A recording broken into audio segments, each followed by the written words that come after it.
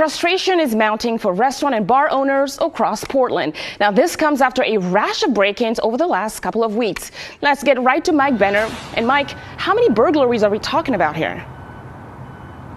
Yeah, Christelle, we know of at least 7, but in all likelihood, that number is much higher. Police telling us that maybe business owners have not yet filed police reports, or they did so online, and in that case, they take a few weeks to post and become official. Regardless, the business owners we're hearing from have had enough. A boarded-up door at PDX Sliders on Southeast Division. Evidence of an early morning break-in late last week. Very frustrating. Ryan Rollins owns the popular eatery.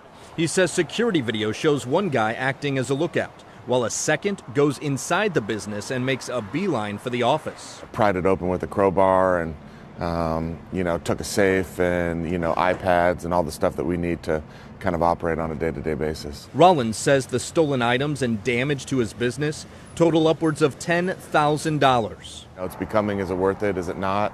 And a lot of businesses are, they're tired of it. So, if the numbers don't add up at the end of the day and you have to keep putting up with problems like this and, maybe your insurance helps you, maybe they drop you, those are all decisions that small businesses are having to make. In the last couple of weeks alone, a number of businesses around Portland have been hit by thieves. Among them, Poppy Chulos and Two Wrongs, both on Northwest 13th, Besaw's on Northwest 21st, Fish and Rice on Northwest Westover, Primal Burger on Southeast Woodstock, and Stem Wine Bar on North Mississippi. They took our cash box. We had actually quite a lot of cash, which is not normal for us. Wei-Yin Tun owns the wine bar.